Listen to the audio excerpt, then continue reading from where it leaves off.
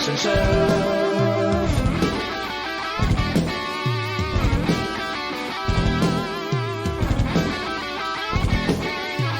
The Action Show.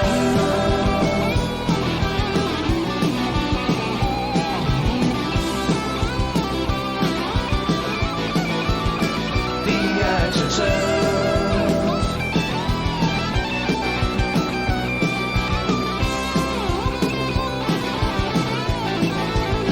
The Action Show.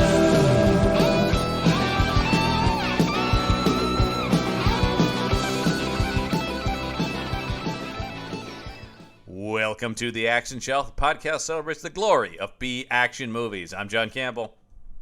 And I'm Michael Listman's twin brother. What? I should have known with that slick down hair. You're not Michael. You're Chad it's me, Listman. Chad Listman. Yes, we wrap up our month devoted to the man, the myth, the legend that is Jean-Claude Van Damme. It is June-Claude Van Damme here on the show. And we wanted to save the best for last. Even though we've been going chronologically, we did skip around here just so we could put this movie last. And that is 1991's Double Impact. Yeah. And our last guest for the month. And I feel like in some ways we were like, let's pick something good for this guy because we made him watch an Uwe Boll movie last time he was on. Our good pal Reed Morris is with us. The fact that you saved the best for last and then you brought me on for this last round, it's like, oh wow, you must care a lot.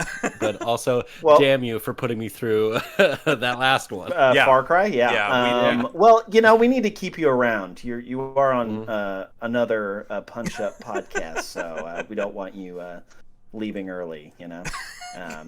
Gergoni's like, stop. Gergoni keeps saying, stop torturing the other people on my, and I say, never. Never. We sign up for this. Yeah, no, it's true. Yeah, and Olivia still has somehow managed to miss this podcast entirely. You've been on a couple times now, Reed. Elliot's been on a few times, of course, Gergoni. We have not had Olivia on as of yet. She's been over on Meet the Monsters. We just need to do an Anne Rice. Yeah. She comes on. Those she really makes a point of coming on for on Meet the Monsters when we talk about Anne Rice movies. But so we should get her on for a Spooktober episode. Because we do, yes, definitely, and we've got. She is a horror aficionado, so yes, we've got some doozies this October. But let's celebrate. I'm scared already. Let's celebrate what's in front of us here. 1991's Double Impact, starring Jean-Claude Van Damme and Jean-Claude Van Damme. This is one of, I think, 4 to 5 times he's played dual roles. He's done it a lot. Is this the first time? This is the first time. This is the first time. So then the theory is this movie was so good and so well received that he's like, I gotta recapture that magic. Well, this one, as we've been tracking the career here, because the whole thing we've been doing with Jean-Claude Van Damme is kind of covering the first third of his career, specifically. Yes. This one, I would say, is where he's at superstar status after this. Because Bloodsport got him on the scene, Kickboxer had a cult following, Lionheart did better than expected. We actually did Nowhere to Run last week, which was the failure he made after this movie because he miscalculated and tried to do a drama. He shouldn't. No. But this one was this thing was the first home run box office smash for him. Yeah. And before we get too far, Reed, did you enjoy this movie? Compared to last time, I did enjoy this movie. The bar was so low, so anything above that is just a smash success. I'll say this. This is great. Reed, did you... Listman and I grew up with Jean-Claude Van Damme. Were you a Van Damme fan? No, this is the first Van Damme film I've actually ever sat through. Wow. Okay. And not stuff pop on TV or anything like that. It's oh no, it's a Van Damme film. It's not for me. No, this is this is great. Yeah, no, this is, and I would say you are starting with what would be probably in his top 5 by almost anyone's standards. This is a real classic. And as the poster declares, it's double Van Damme. Oh yeah. I will say, Listman, we've talked about this movie because I had seen this movie a few times before this, which oftentimes we're watching these movies for the first time, but this actually is in my collection of films because I do love this movie. We talked about Cyborg a few weeks ago. Did you know that Jean-Claude Van Damme first came to Cyborg director Albert Pion with this idea for a movie, and Pion tried to talk him out of doing this, saying, Jean-Claude, the gimmick of the twins, so dumb. And then apparently, according to Albert Pion, Jean-Claude Van Damme never spoke to him again when this then became the biggest movie of his career. Yeah, once Van Damme watched Cyborg and was like, well, we talked about Van Damme trying to fix Cyborg in the edit. You know. And this one, of course, is not only starring, but also co-written by Jean-Claude Van Damme. I wonder where all those comments about his huge dick came from then. Because hard to say. Reed, you weren't here last week, but last week's movie also had a bunch of discussion of Van Damme's penis, and that movie, too. What I appreciate about this movie is that it's not children saying it, and I think that's really a step up from last week. Agreed. Well, I need to go listen to last week's episode. Listen to Nowhere to Run, because we were horrified by that movie. By a 6-year-old describing the length and girth of Jean-Claude Van Damme's penis. Yeah, there is a scene where he accidentally exposes himself to children. We're not joking. If you listen to last week's episode, that really did happen in a Jean-Claude Van Damme movie. Here, at least, it's all adults who are dealing with... No children involved, thank you. Aside from the baby Van Dammes at the beginning, there really aren't any children in this movie. Yeah. Yes. But yes, this is... I do have the budget here in front of me, and as always, we like to play a game where Listman tries to guess the budget. Reed, you're also welcome to take your best shot at what this movie cost in 1991, which is always key. 1991, okay, yeah. It does look like it was filmed on location. Filmed in Hong Kong is correct. Yeah, yeah. And with also co-produced with Chinese money as well. Ooh, okay. I don't know. What do you think, Reed? I usually guess incredibly incorrectly, so yeah, the bar. I feel like you're getting better as we. I think I'm getting better. Yeah, you're zeroing in. But... It's always the year that's tough. Yeah. So I don't know that much about what it costs to make a film. Okay. Unfortunately, so I'm either going to go way too high or way too low. Sure. But 1991, and I was looking up some information for this.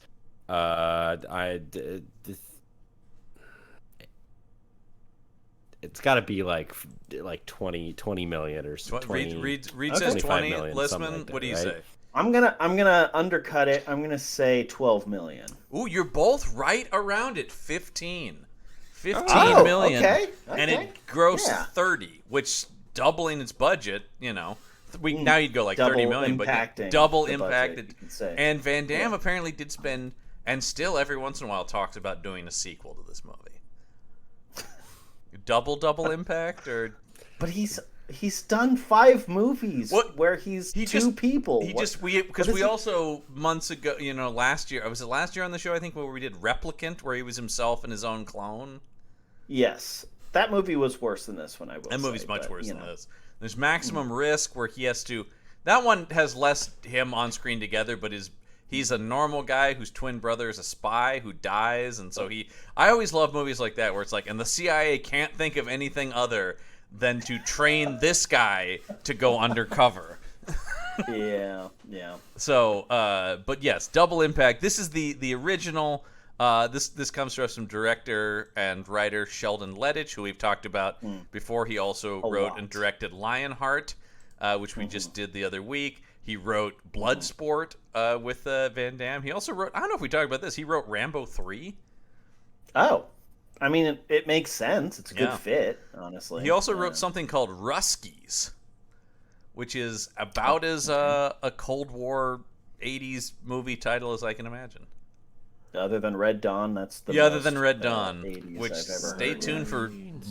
We will be doing Red Dawn later this year. Did they ever make a sequel to? I know they did a remake. No, they did a remake. They never did a sequel. Okay. They did the remake, which is terrible. And then of course, he also wrote later Van Damme films, Legionnaire and The Hardcore. Okay. CORPS. Correct. Yes, The Hardcore. Yeah. Both I'm sure future episodes of this show. Yeah. Listen, this one is kind of we broke one of our rules, which is this thing clocks in at an hour 50, which usually anything creeps up over 90 and we start to get concerned on here. What did you think about the pacing of it? I think it meanders a little bit, but honestly, it flows better than just about any movie we've seen this month. So, Reed, did you find it dragged at any point? I don't think it ever really dragged at any point. I feel like at a certain point it just devolved into watching Van Damme kick and shoot some things, and there was no plot at certain points. But what are we here for? No, exactly. Yeah. My only point about the length is maybe it's the last 15 minutes. Once they're fighting the business bad guys, then I'm a little bit all right, now I'm less invested than when they were fighting people who could actually match Van Damme, and now they're just hitting guys in suits. And I'm not enjoying it. That guy getting his hand crushed in the gears of the thing, that's cool. But that was cool. Yeah, but it is just kind of man, we've already he's already fought the people I came to see him fight. Yeah. Did they need the infiltration of the Van Damme secret home? The family, or whatever. Yeah, there's that, and then there's a separate sequence after that sequence. That's another action sequence. I mean, I will say, the movie definitely, you get your money's worth on action. That's true. God, it's nonstop. And some weird stuff because it's a '90s Van Damme movie, and we'll talk about the weird stuff. Sure. This did start as a canon project, Listman, believe it or not. Makes sense. Yeah, that makes sense. Also, people have brought up and we did the movie of this earlier this year. People have brought up the similarities to the video game franchise Double Dragon. Yeah. Which we did the movie of that. So this might be a better Double Dragon movie than that movie was. It is a better movie. Yes. So in that sense, yes, absolutely. So let's get into the plot, as it were, of this movie. We start in the past with what is this guy here? He's the father, Paul Wagner.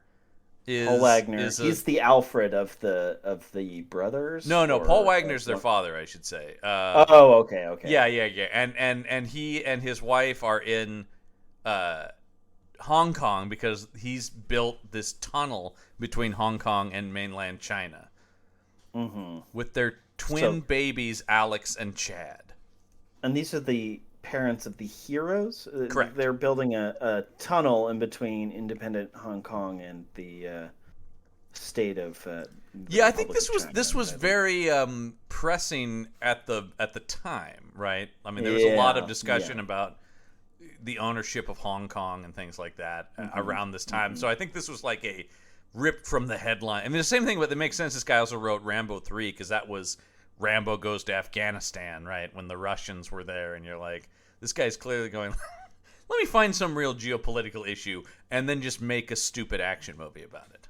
Is there a scene where Rambo gives Osama bin Laden a bunch of rocket launchers and not specifically Osama bin Laden, but there's some scenes pretty close to that.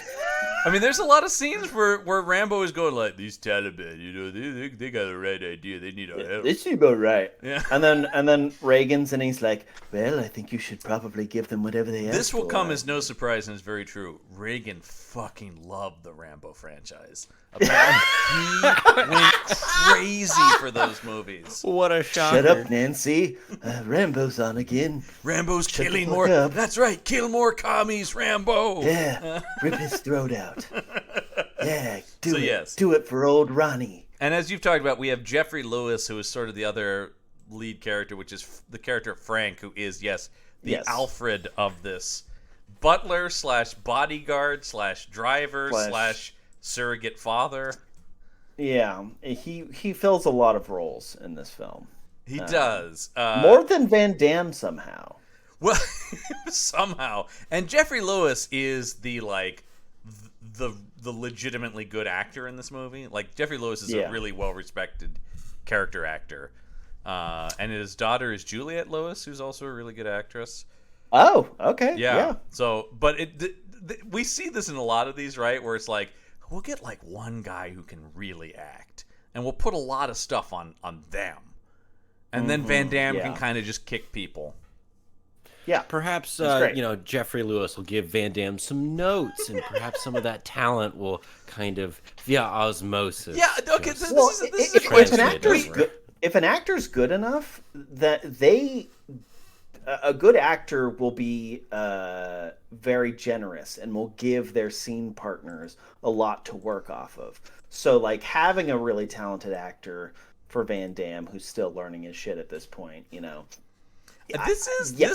is a good formula. One of the reasons he was apparently very drawn to this was he thought this could help him break out of the action hero persona he'd created, because he create two different characters and show that he had more range as an actor. Now, Rita, this is what I wanted to say: is this is your first real experience with Van Damme? How do you think Van Damme does as an actor? Because obviously the man most famous for his martial arts ability, which can't be questioned. The man was an amazing, and continues to be. We've talked about there might be no better cinematic kicker in the history of film. Yeah. Well, okay. So, out of the two Van Dammes in this movie, yes, the one for me that is more interesting is the one that he is not normally playing. Chad is the more interesting character. Yes. Yeah. If that's what he was going for, and that wasn't his normal shtick, then great. He accomplished something with that. If his normal shtick is Alex and being strong silent type and just gruff and mean and likes to shoot and punch and kick, then you were kind of building not from a lot. So yes, I think I will say that the himbo aspect of Chad, I think, fits in Van Damme's wheelhouse a little bit better than the rough and the introduction of Chad Alex. Teaching the aerobics class. Right. I mean, they all but showed that woman's vagina. Like, it was, and she was basically just orgasming from him stretching her leg, right? And the whole. And I put my headphones on when I was watching that. I closed the door. Yeah, I know. Who else was gonna walk by and see what I was watching? A lot of moaning and groaning happening. In this scene, whole movie, we've certainly seen more explicit movies with Van Damme, but this is one of the most weirdly sexual. Like, the sexuality of this movie is weird, right? It's strange every time. This was a movie that has an imaginary sex scene. It has the most Lynchian, art house. Yeah, what aerobatic sex scene? I don't know. It's very strange. All in a character's mind. It's that scene is so insane. We'll get there. Here this is what wait, I had the quote from Van Damme.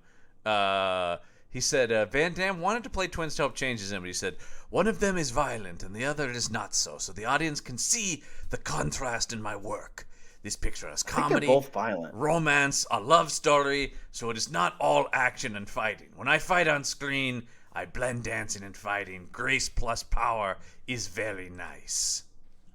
Mr. Van Damme, I think both characters are pretty. Well, here's violent. the thing too. Like, in all the promotion, they make a big deal about one packs a punch, one packs a piece. They both do punching and shooting equally. They both do both. I don't get the sense that either one of them. I do think it's a weird choice not to make one of them more hesitant about the violence. Like, shouldn't Chad have been a little bit less comfortable? No, he pretty much... He's so ready. He's so ready for violence. He's packing an MP5 or whatever, and at one point, he's had it for all of 2 minutes, does a barrel roll, and then immediate blasts some dude in the chest like he was born to do this. And for all we've been told, He just teaches aerobics and martial arts at like a community center or like a gym or something, Sean, right? Yeah. How many yoga classes have you been to? That's true. Tell me that those people aren't secretly wanting to kill somebody. Okay? It's the quiet rage. It is. Exactly. Because, yes, we do see, by the way, I also got to say, great squib work in this movie. Oh, yes. When the parents get massacred here in the driveway at their house, oh my God, they're just exploding into gore. I cheered. It's so John. good. I cheered for their deaths. And who is murdering them, Listman, but another one of our favorites? Oh, the mighty Bolo Young. We love Bolo Young in the show, who apparently he and Van Damme had become such close friends working on Bloodsport that when he made this movie, he said, Bolo has to play the villain. Because look at his face. He has a villain face. Yeah. And he's like 14 feet wide. Like he's just like he wears a suit in this movie, and it's funny because suits don't fit him the way that he's ready. He's ready people. to Hulk out of that thing and at every moment. Yes. His shoulders are so wide compared to his waist. We've got to do some more. It looks silly. There are movies where Bolo's like the main character. We should have do that. to do one of those. There's one I want to do that because I was just looking him up. He did a movie the same year as this, Breathing Fire, and it's him and Ke Huy Quan. Oh. Yeah. Oh. We need to do this. Yeah. Yes. Yes. Yeah. Breathing Fire. Okay. Yeah. The tagline says it's the ultimate kickboxing showdown. So, I don't know. How old is Ke Huy Quan? He probably would have been. Oh man. I mean, was that like 7 years after, or after Temple of Doom? So he's 45. So he's 20 in that movie. Ke Huy Quan. Okay. Yeah. Okay. Because Bolo Young is one of those guys who's like, he was like 40 by the time Bloodsport came out, so he came into this much later. But Bolo Young, I'm just curious about what he's going to be like as a lead, because he doesn't ever speak in most of the movies I've seen. Not a lot. Yeah, not a lot. I mean, they dubbed over him specifically for his lines, right? For this, because his voice was not imposing enough. Hello. Well, because I don't think any voice can be imposing enough to match the figure that he cuts, right? Like, yeah. And then especially when they have Jeffrey Lewis shoot him in the face, so then the rest of the way he has that dead eye and the bullet wound on his face. Oh yeah, make him a full-on Bond villain. Hell yeah. Oh man, I would have loved to see Bolo Young show up as a henchman in a Bond movie. Could you imagine him tossing Pierce Brosnan around? That would have been something. I would love that. Yeah. He still needs the mullet, though. He does. He needs the mullet. It is the part mullet. of the character. Absolutely. The mullet. Yeah, he's had the same hair. I think even as far back as Enter the Dragon, he has had the exact same hair. I'm looking at a pic. You go to his IMDb. I'm looking at a picture of him from Enter the Dragon. He looks exactly the same as he does in this movie, basically. Has not aged at all. The man's in his 70s, and he still kind of looks like Jesus Christ. He's just unstoppable. He and Van Damme apparently do comic conventions together, which please come to Portland and do a comic convention. Yes. Listman and I would be first in line to meet JCVD and Bolo Young. Yeah. So yes, the parents are killed. I want to know how this came to be, this custody situation, because we have this presumably Chinese. She's not really a character. Nanny who runs off with Alex. Yes. And then Jeffrey Lewis rescues Chad and raises him. Yes. They both end up with French accents. Alex off. Yeah, they both. That's true. They both have the same accent somehow. But let's not worry about that. The nanny drops Alex off at a Catholic orphanage. Right. Setting him up, of course, for a life of crime. It's the natural progression, honestly. Yeah, it's really a critique of corporal punishment as a way of raising But as children. we've talked about in this show, Van Damme always has to be a good guy. So even Alex being a criminal, what is he doing? Oh, he's just smuggling goods that China doesn't allow in. He's not that bad of a guy. Yeah. All the people he's blown away have been, they deserve it. So He it's does fine. just openly punch a woman at one point, though, which I was like, He does. Jesus. Yeah. He slaps his girlfriend just square across And then the we're face. supposed to be happy when they end up in each Yeah. other's arms at the end. I was like, I didn't forget that scene. Yeah. Yeah. Some of that 1991 stuff is that and the frequent use of the F slur in this from that character as well. Although also weirdly used to keep tossing that at him when he's also accusing him of fucking his girlfriend. Mixed messages there, Alex. I mean, it's just a vague sort of. Well, it's the kind of like if you go back and rewatch the Bill and Ted movies, they're tossing that word around too.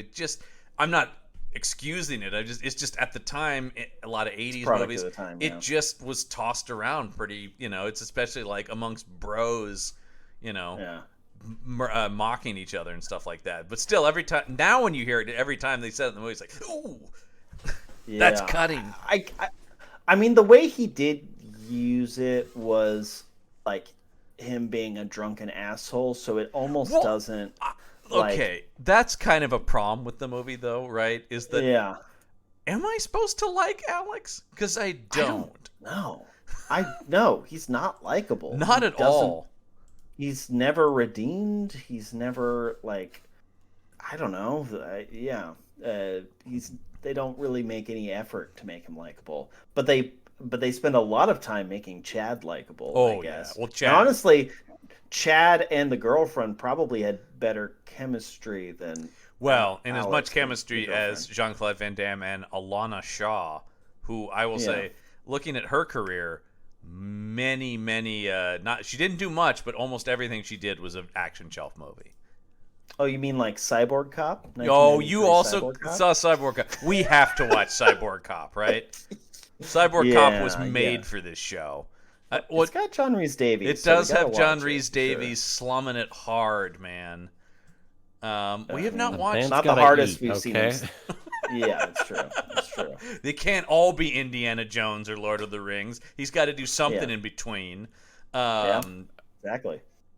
Yeah. Chupacabra. That's what he's been doing in between. Oh, and there is a Cyborg Cop 2 also, Lisman, so don't worry. Excellent. We can do a double feature. So she is not good, right? No, not really. The only other thing I've ever seen her in is King of New York, the Christopher Walken movie, which is a great movie. I don't think she has a very big part in it. Seeing as she's not listed anywhere near the top of the cast. So I guess when I say I've seen her in it, I don't remember her being in it, but she was. Her character's name in that movie is Lonnie Shaw. It's just her name. Oh, no, that's her credit. As Lonnie Shaw, she plays Kathleen Mulligan, yes. Yes. Okay. Oh, yeah, okay, yeah. We're on the same page now. Yeah, but she also did an episode of the Burt Reynolds detective series BL Stryker, Lisman. Oh, man. Yeah. Fucking jazzed. Burt Reynolds is BL Stryker. All right. So back to this movie. Yes, we cut to 25 years later. What is it? I looked at the time. It's right around 5 minutes, and he's doing the splits. Yes. They get in early. You got to have him do. That's his signature. Yes. And it's impressive. I can't do that. We see. I mean, with a butt like that, I would do that. You know. I don't think you get a proper bun shot, except for you do get. Those are just painted on those aerobic. Well, but you're seeing every crease and crevice, going on there. So the man loves to show his ass in movies. There's a reason why it did well at the box office. 5 minutes in, you get what you wanted. In the words of Taika Waititi talking about getting Chris Hemsworth to take his shirt off, you got to put bums in seats. Them's the rules. We don't make them. We just adhere to them. Yeah. Exactly. And so I just and you do of course get, because what martial arts movie is complete without him going to teach a karate class? And I love the idea of like, well, I can't teach a karate class. I'm in this aerobics outfit. You're like, I think you can. You're pretty mobile in that. But of course, as soon as he walks in, there's some douchebag guy that goes, "What are you, the dance teacher?"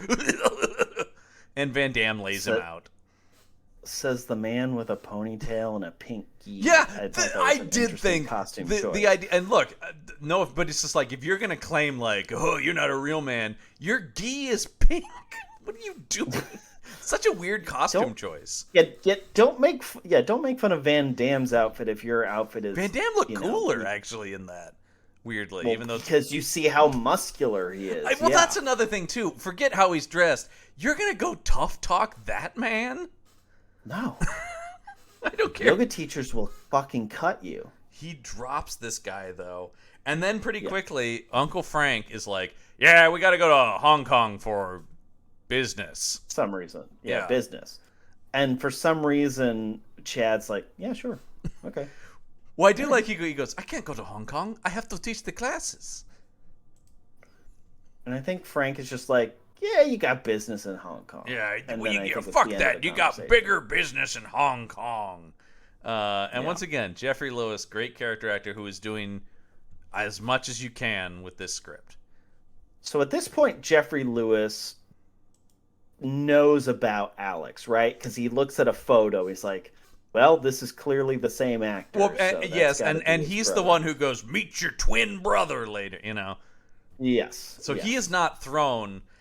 It does seem like he maybe should have let Chad know that this might happen. That's what I was thinking.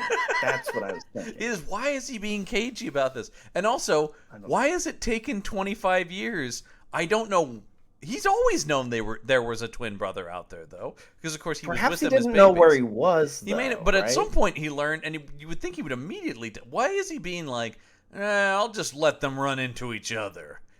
He literally, he flies Chad to Hong Kong and has them literally beat each other up before he actually. Because poor luck on Chad's part. Alex's girlfriend just immediately. He's in Hong Kong for like 10 minutes before she thinks it's him and tries to get it on. Just within seconds of seeing him. Within seconds.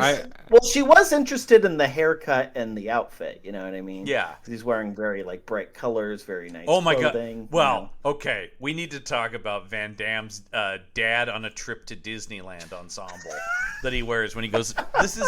I understand they kind of want to make Chad like a naive innocent, but he's wearing this like forest green polo and then salmon colored shorts with white socks pulled all the way up. Yes. I'm gonna need to go make some changes to my closet. This is reads like I'm sorry I shouldn't be dressing like that. Okay, well, it doesn't matter. I took the wrong notes for this movie. If you're Jean-Claude Van Damme, a woman will grab your dick. If you're dressed like that. Within seconds of meeting you. Gosh, I wonder who wrote that scene. Well, and who wrote the line when she says, do you have a surprise in there? And he says, big surprise, huge surprise. I don't have a penis. Yeah, that was the surprise. Are you surprised? Yeah. You assumed that was a euphemism, but no, I just meant that's how surprised you'll be. I have a literal trouser snake. It's sentient. And we are introduced to Alex headbutting his own brother. Mm-hmm. Which you would think he would. There would be some moment where he would stop and be like, "Whoa, this guy looks like me." He's like, "No, first I'll headbutt him, then we'll sort it out." Well, if he headbutts him, then he won't look like him. So that way he can differentiate between himself and the other one in case he confuses himself. He does have that line later when he's like, he looks like me, but he won't soon because I'm going to fuck up his face. Then he will look like Gary Busey. Post-accident. Post-accident specifically. TV. Yeah, so this is where it's like, you're twin brothers, Alex. I've only said it now. Well, also, he must know him because it doesn't seem like Alex is also thrown by meeting Frank. It's they've interacted before, haven't they? That's what I was wondering. But when we are first when we see Frank in modern 1991 time, where you mean? I love the idea that they just took the hairpiece off of him, right? They put a wig on Jeffrey Lewis for the past, took it off. It's present day. That is the only change. Yes, but he's looking at a photo of Alex, and he's like, "Yeah, that must be him." So that leads me to believe he wasn't aware of Alex beforehand. Yeah, then that's a problem in the writing and in the directing, right? Because it doesn't. Yes. Nobody's that. Alex is so shocked to find out that he has this twin brother, but he's not weirded out by the presence of Frank, who is also. There's a whole thing where Chad goes, "You're not really my uncle." What did they think their parents? I mean, look, I understand. This is Jean-Claude Van Damme, but this is the show we do. So I'm just saying, like, the thought, at no point in the writing of this did they actually, like, put much thought into who knows what and what these guys' lives have been like in between. They're just like, no, they're twin brothers who don't know each other. There's, like, a bare hint of like, a supposed past. He's like, well, I raised you in France. You're not from France. And so it's taken these characters 25 years to get that small detail that happens just as they're finding out that they need to go to Hong Kong now. It's so strange. Well, because also we got to go to Hong Kong because finally we can get revenge for the murder of your parents. Yes. John, can you... So I've seen this movie twice now in the last 2 weeks. Yeah. Can you tell me why the parents are killed? Oh, so they built a tunnel. They built this tunnel, yes. Why are they killed, and why do the two twins need to get revenge? Yes. Like, so, what is the plot? And I've seen this movie. I just watched it earlier today, and I've seen it a couple times in my life before this. But... So, Nigel Griffith is their father's business partner, who's in league with.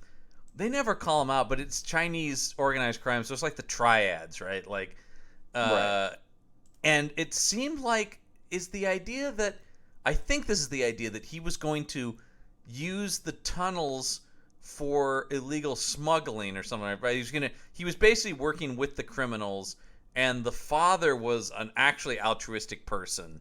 And that's... I think that's what it is. So, did the father find out about... Like, why kill the father, I guess? Yeah, like, that's a little unclear. Okay. I think there was maybe something to do with them getting outside funding specifically from... that one family, the Zhang family. Yes. And so that had something to do with... This movie does suffer from a classic action movie problem, which is too many villains. Like, it gets very muddled, because it's like, oh, Griffith is the villain, but also the Zhang family. But, you know, it's like... And just but what about the guy with the knife boots?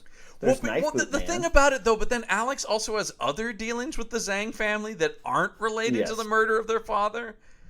Yes. Because he's just a general criminal. Alex doesn't know that Zhang works for... Or that Zhang killed his family, right? Right.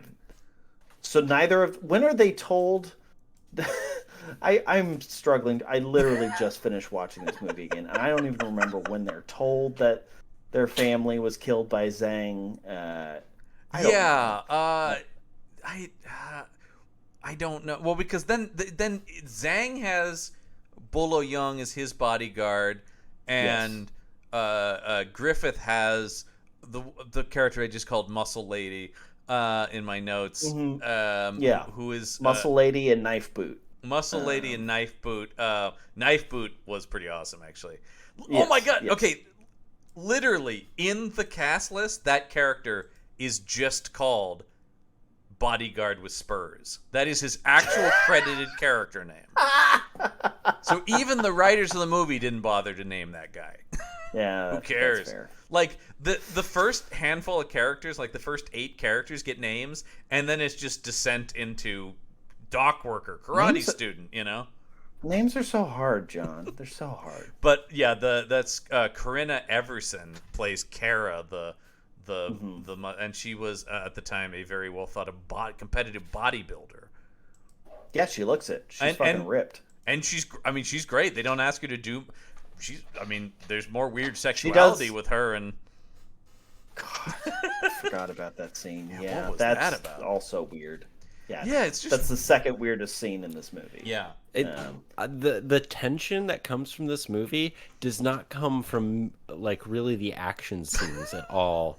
No. The most heart pounding moments are two women in a back room, and you're like, what the hell is happening here? Yeah, it's very strange. Yeah. It's no, I don't. So yes, all it's and literally there's a scene you talk about trying to. There's a scene that I love in any action movie when you have a scene where all the bad guys get together for a fancy dinner just to celebrate their evil deeds.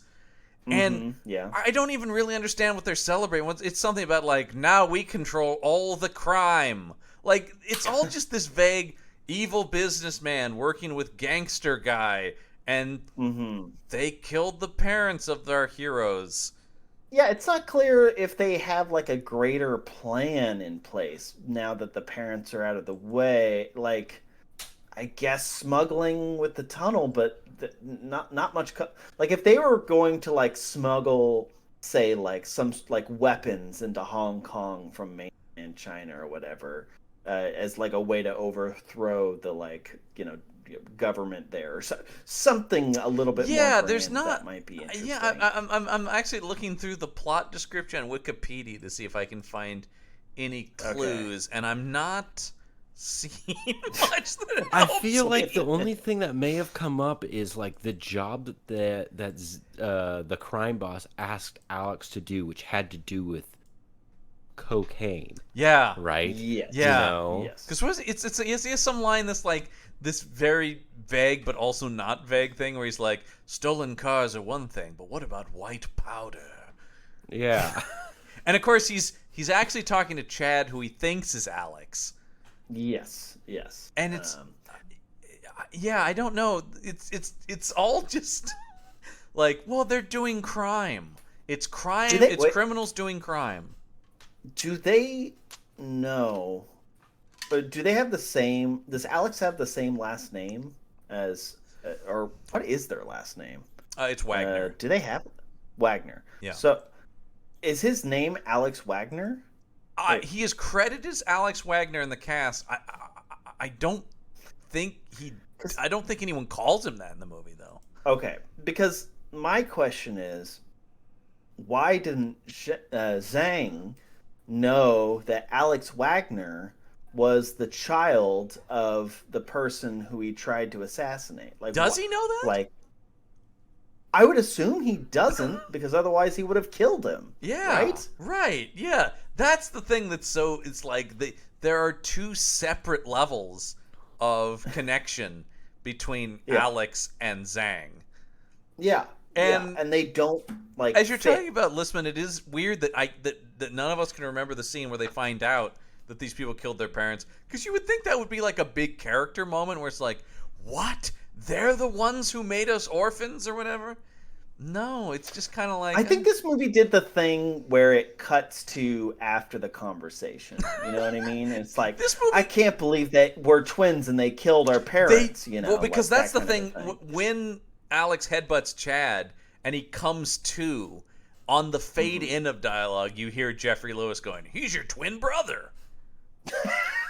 I mean, I feel like it's that, plus it also happens so many times that you can't discern whether it happened once or 15 times, because it did happen the once 15 times. Yeah.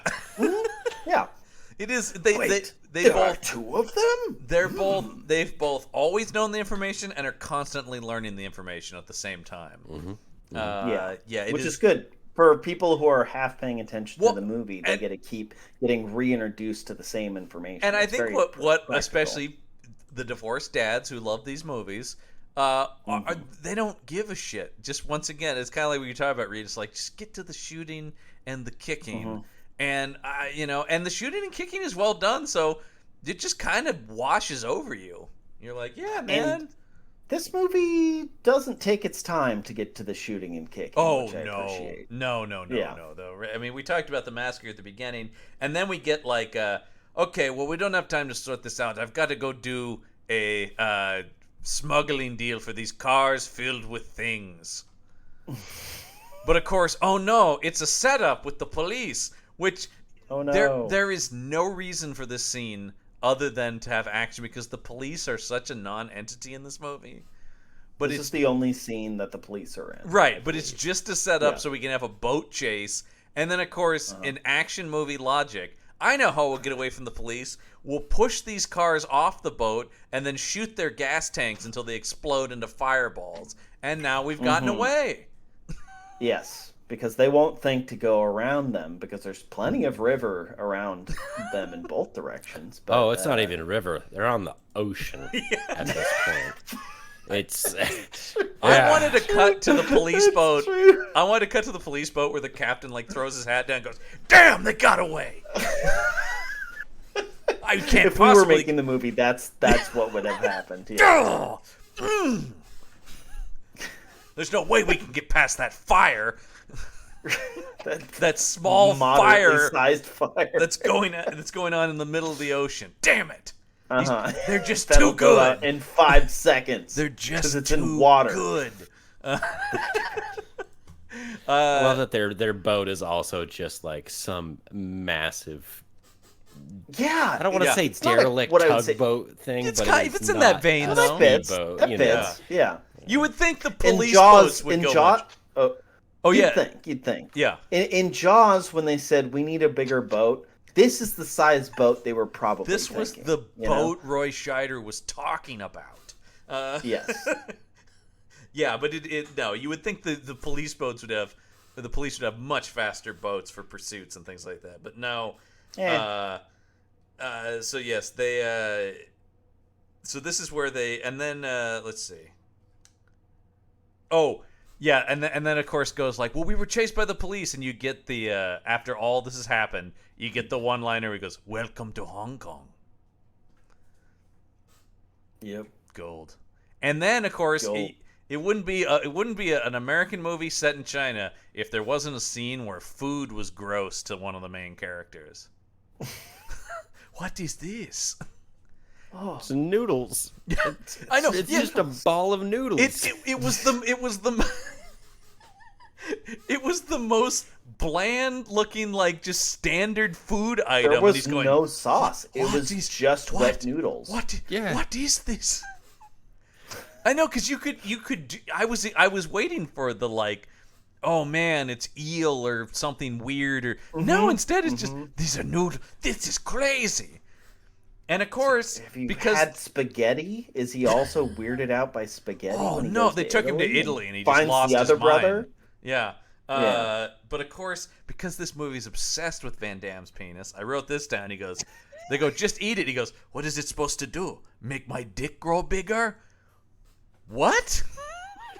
I think that's a like Eastern I medicine. think that yes, yeah. and that line could work if it was not a bowl of noodles, but is instead Yeah, if if they it were was in like a shop with powder or something like Yes. It's weird too that like the chemistry that we were talking about earlier between Chad and Alana Shaw's character. Oh yeah, Danielle. Danielle. How could She you forget her openly name? laughs. She openly laughs at this joke. Like they have some chemistry going on, while Alex and Frank are just like. No, the just eat movie the should noodles, the end up with her noodles. Yeah. going with Chad. By all The only reason somebody would laugh at that joke is if they wanted to fuck the person who said it. You know. I mean, we all do, but we don't say it, right? You know. Gotcha. Yeah, that's true. but no, no, the chemistry is there, and also because, of course, and he doesn't slap her across the face later in the movie, so Yeah, tough he to seems, come back from. Yeah, it's tough. And so yes, this is when the bad guys, as we talked about, offer Chad a deal to smuggle drugs, thinking he's Alex. He refuses. I do love the whole "go fuck yourselves." Like, what did you say? I believe I said, "Go fuck yourself." And then of course because that's good writing right there. Yeah, that is that's good. you know That's very good. that's got the Van Damme.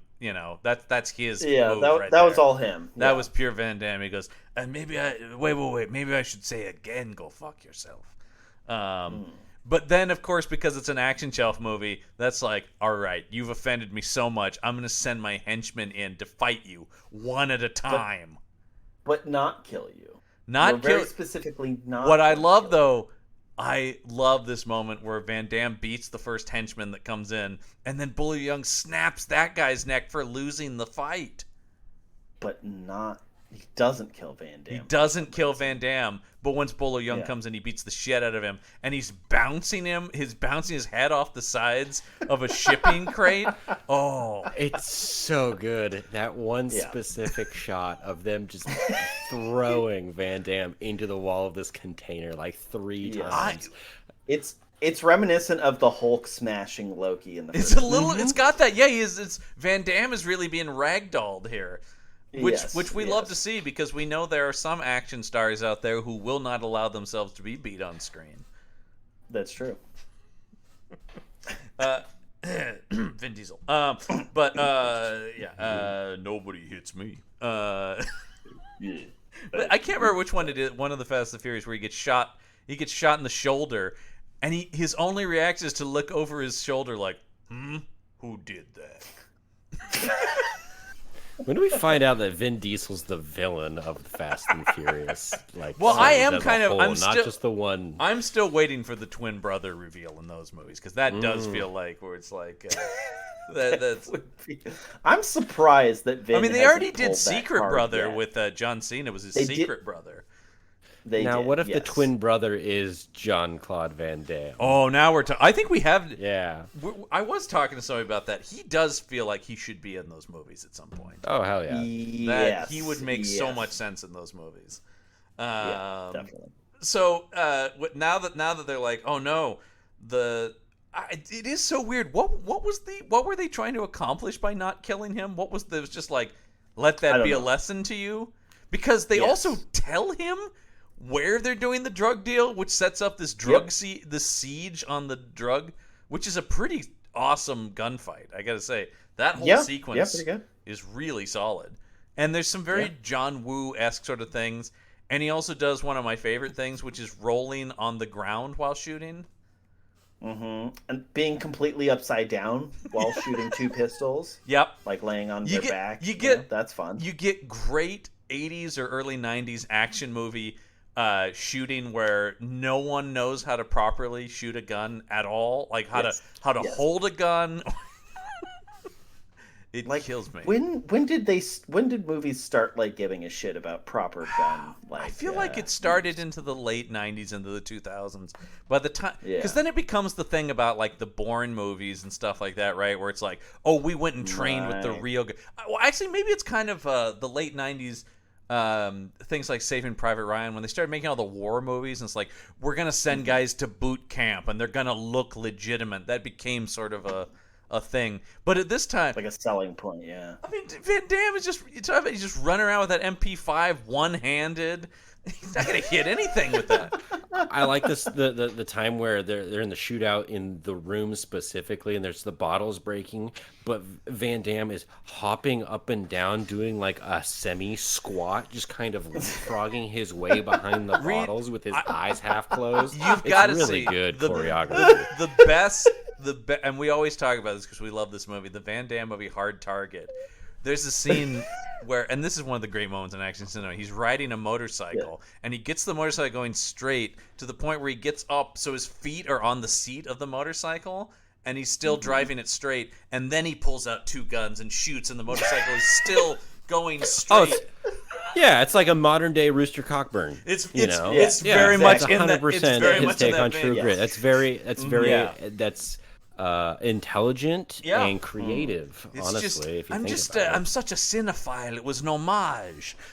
Yeah, I think that Hard Target was a much better take on True Grit than the Coen brothers were able to put together. Oh, no question. Yeah. The crafted.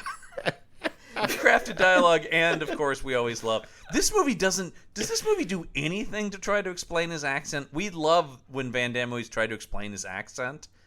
They explain Chad's, but I don't think they explained why Alex has the same accent. Because Alex presumably grew up in Hong Kong, right? Hong Kong, right? Yeah. So he doesn't speak, and they were literally babies. Chinese at any. No. Yeah. Yes. You would think actually, his first language would be Chinese, probably. You'd think, yeah, definitely. No, instead he's also developed a French accent. Well, the like orphanage, the monastery, whatever this location is that he's dropped off at, there is very clearly a non Asian person like working there that just sees baby Van Damme just laying right there. So I don't know if that's their maybe that's the thing their excuse. Yeah, maybe it's a Belgian Catholic. Yeah. And that's where he learned to, but they taught him English, but he speaks it with a weird accent. Yeah, it's no, we love that because Hard Target's one of my favorites where they're just like, no, he's Cajun. That's what that accent. Or the last week's movie where they just kept saying he was from Quebec. No, I just came in from Quebec. See, so that's the accent. Stop asking questions. I mean, that one's better than some, but I think what was it? What Kickboxer though? That's where he had a brother. They weren't twins. He just had a brother who was American. And there's just this one-off line for no reason where they go, "Well, ever since Mom raised me in Europe and Dad raised you in America." Just like boom. I mean, do you need in every Van Damme movie just a quick 2-minute chunk of them being raised in like Belgium? Or because the other option is then the other option is the Schwarzenegger movies where they never explain it, and you're like, why is the America's Greatest Commando an Austrian man? I love my country, America, of course. Anyway. So they do the. Oh, also we should talk about their cool island hideout. They're in this like burnt out hotel that they call home. Right. So this is Alex's hideout. Alex leads them here? Is that correct? This is his base of smuggling operations, right? Yeah, it's like an old this abandoned. Is the base of his. Okay. I think that's what we're supposed to take. This is like his cool criminal hideout. And that's why it looks like a dump. Yeah, it's completely run down. For a person who is able to smuggle Mercedes-Benz and weapons and stuff like that, he should smuggle some furniture. Yeah. Well, because I do like the line where he's like, they're like, just put your bags down, Chad. He goes, everything's covered in bird shit. And Alex should just be like, that's the way I like it. Yeah. There's a shot later, I think, with the commando forces employed, where Danielle is straight up just sleeping on the ground, and Frank is in a chair just sleeping. There's no like bed. a dad. Well, and it's what I like is because it's what they built of the sets. We basically only see the lobby of this abandoned hotel. Presumably, there should be many rooms that you could sleep in it. No, everything just happens in the lobby, including they're sleeping in the lobby. That's what we're dealing with. Here is that. I'm just gonna sleep here. That's just it. It's just the facade of a hotel. I mean, the physical location looks cool. Yeah, it's definitely got the vibe of a smuggling operation of a rundown hotel, and then the inside has that vibe. All right, here's another weird thing about Alex, as we've talked about, has got some sort of criminal connection with Zhang, but then Alex's girlfriend Danielle, we haven't talked about this, is a secretary for Griffith, who's the evil businessman, and throughout like the first half of the movie, it's like, there's no way he's evil. He's such a nice man. So then you have to wonder, how did they meet? Right. Because she just happens to be the secretary for the person responsible for killing his parents. Right. So you'd think that maybe she doesn't get to know her in an effort to get closer to the person who killed. That's kind of what I thought, but it's Jeffrey Lewis's character Frank who's pushing them towards the revenge plan. Chad and Alex seem to just be living their lives up to this point. Yeah, they don't really yeah, it's very strange that Jeffrey Lewis is the one who's driving the plot forward. Shouldn't you guys want to get revenge for the murder of your parents? I mean, I guess. This is like a DM trying to negotiate with lazy party members, just I don't know. Maybe we could just do more this yoga. Is your backstory. Yeah. Aren't you going to pursue your backstory? I mean, but I didn't know my backstory until 20 minutes ago. Yeah. So right. yeah, exactly. Meet they your don't twin have brother. the stakes of wanting to know what happened to my parents. That's another thing too. Because when he's like, "What do you mean you're not my uncle?" There's no sense of why won't you tell me what happened to your parents? Chad seems to be like, "This guy's my uncle, basically my father, and I live my life. I bang the women in the yoga class. Yeah, I do all the women in the yoga classes, and I have a great life. But also, yeah, I'm down for some murder in Hong Kong."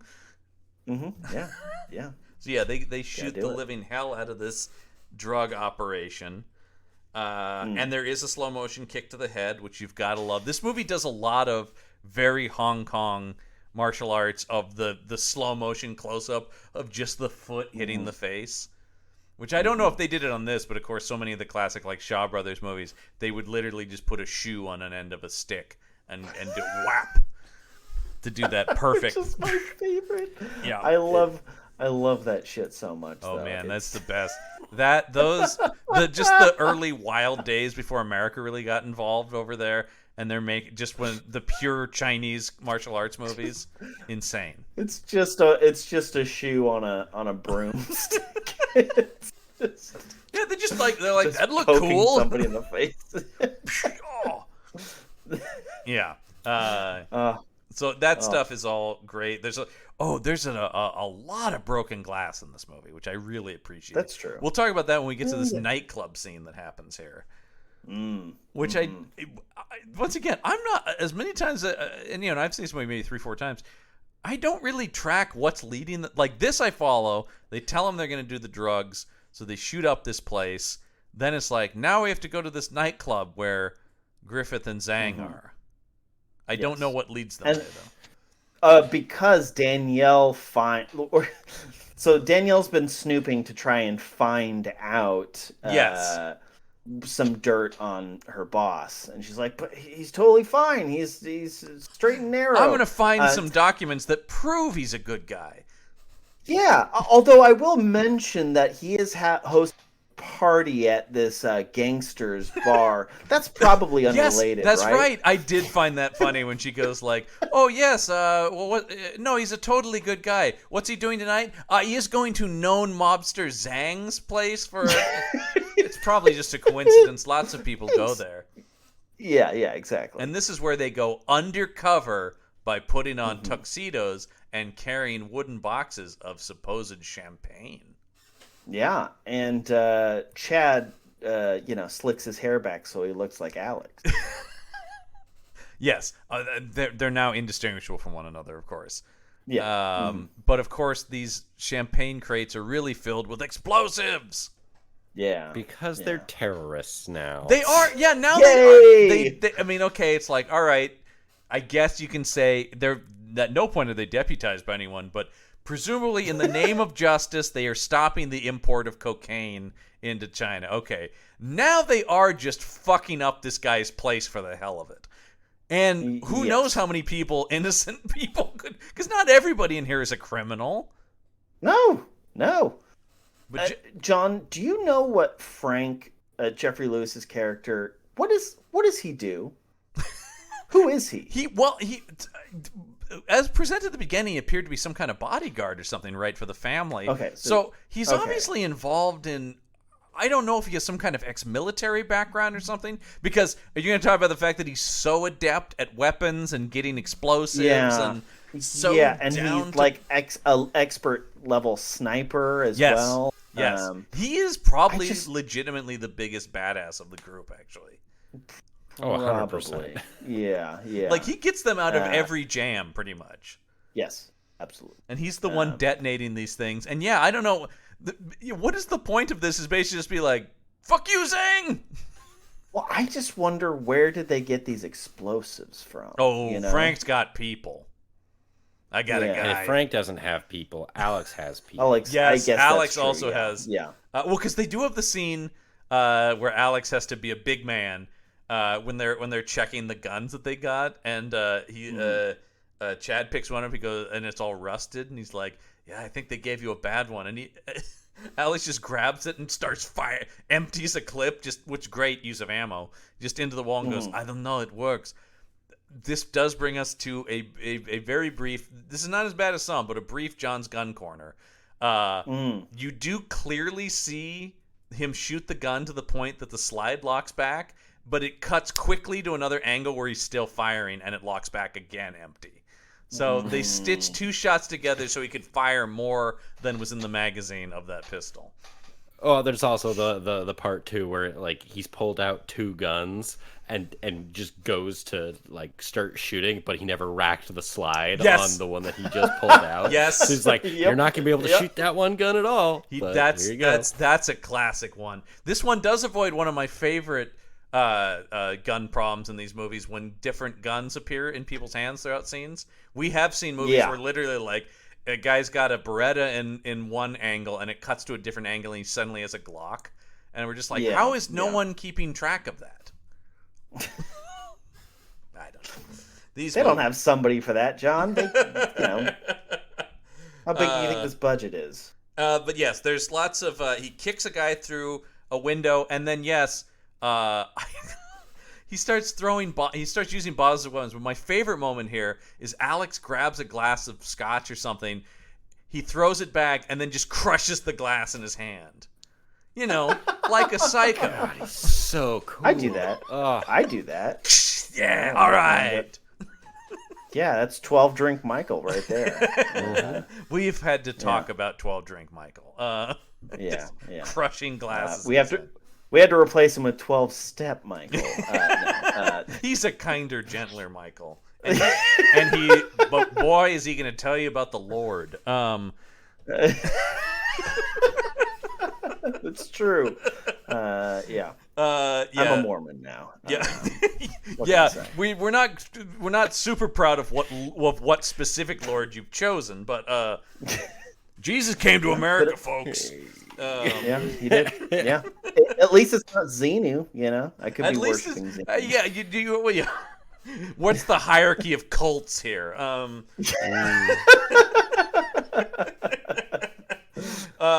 Yeah, so they blow up the place. All right. And then then we get terrorism. Danielle continues to search through files, and at a certain point Griffith knows that she's doing this because they're tapping her phones. And this is where he sends Muscle Lady to frisk her in just a straight up, we're just watching a sexual assault, right? Pretty much, yeah. Yes, absolutely. But then the weird moment she goes, and now that we've done that, you can frisk me. What? Right. And so then Danielle leaves. And how would you explain the expression on this henchwoman's face after? Like, she's like heavily breathing or something? Like, she almost looks disappointed that Danielle didn't take her up. Yeah, it's like she assaulted this woman, then expected to go like, yeah, but it also kind of got her going, so maybe this could turn into something. Like, is that what they were implying with that performance? Is that what they were going for? I don't know. Again, I ask, I wonder who wrote this scene. And then we have a scene where the one woman feels up the other woman for like 5 minutes. Why? It'd be cool, I guess. I don't know.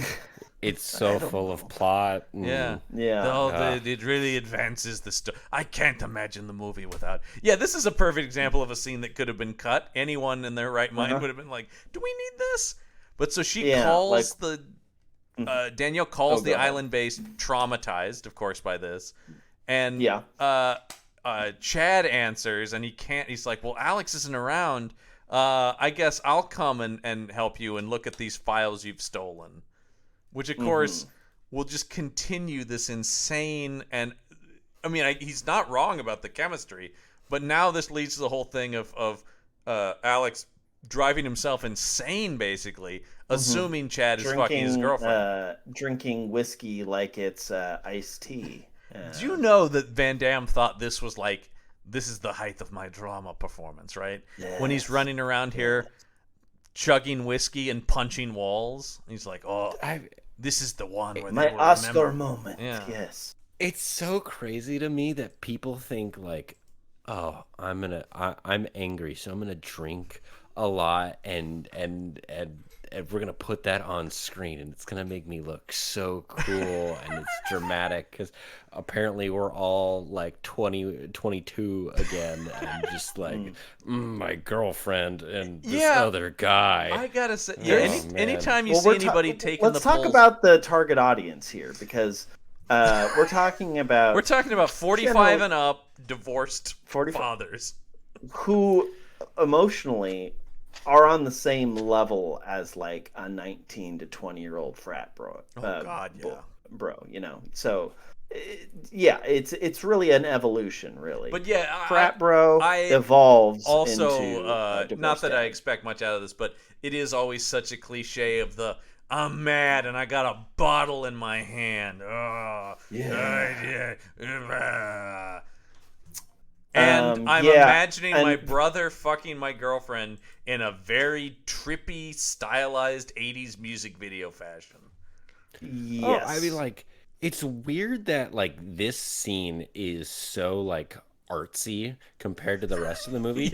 But then after thinking about it some more, there are moments where they've got, like, split diopters and, like, done heavy gel work and really, like, shallow depth of focus on like, close-ups on Van Damme. It's like, okay, you know what? This actually weirdly fits, other than the fact that it's very, very saturated compared to almost the rest of the entire movie. Yeah. It's like, okay. Yes.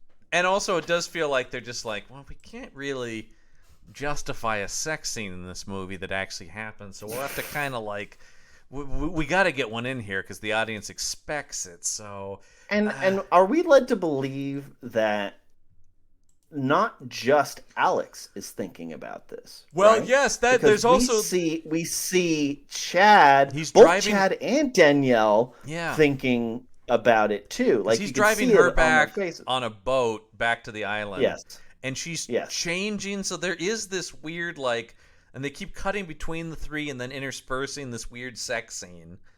Yeah, it is just sort of thing where they're like all imagining it together. It's a collaborative process. I wish this movie they're had psychically ended. linked. I would love if this movie had ended with them on a throuple and just go. Actually, go at yes. Just go at it, man. Definitely. Just do it. You know you want to, movie.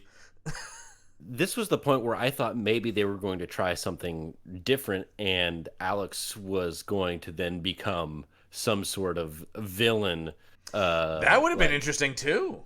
You know, and then like, okay, they overcome that to then be brothers again at the very end. No, of course not. They just get mad and they fight, and then because then they're fine. This is also the whole thing behind this. Is this kind of comes out of nowhere, or at least escalates beyond all reason, because the movie has to contrive a reason for Van Damme to fight himself. Right? They're like, that's what people are going to pay to see. We need a scene where he fights himself, and it's not that good a fight. No. Well, it couldn't be. Like, how could they make it good? Right. It seems cool on paper, but you are realizing, oh wait, that means then most of it's going to be one side of it will always be a double. So because the Bowler Young fight is one of the best we've seen, I think, on the show. It's a lot of hugging. It is. It's a lot of railings and slamming into which I gotta say is actually probably one of the more realistic fights of like, especially if one guy's drunk out of his mind. There's just a lot of like, you son of a bitch. And a lot of collateral damage to the place itself. Luckily, it's already so decrepit that everything is just breaking instantly. When they're falling apart, and then finally, this of course is resolved by Frank firing a machine gun up into the air. Hey, you knock it off, you two! I just wanted like a piece of ceiling to fall. You know what I mean? Like I just wanted it to. Yeah, that's all I wanted. You two, you're supposed to be brothers. And Chad's. This is once again this whole thing where it's like Chad's like, no, that's it, I'm out. And I did think, out of what? Just, I guess, the vengeance, because it's never been clear exactly beyond. Okay, you tell me these guys killed our parents. It's like, I didn't know them.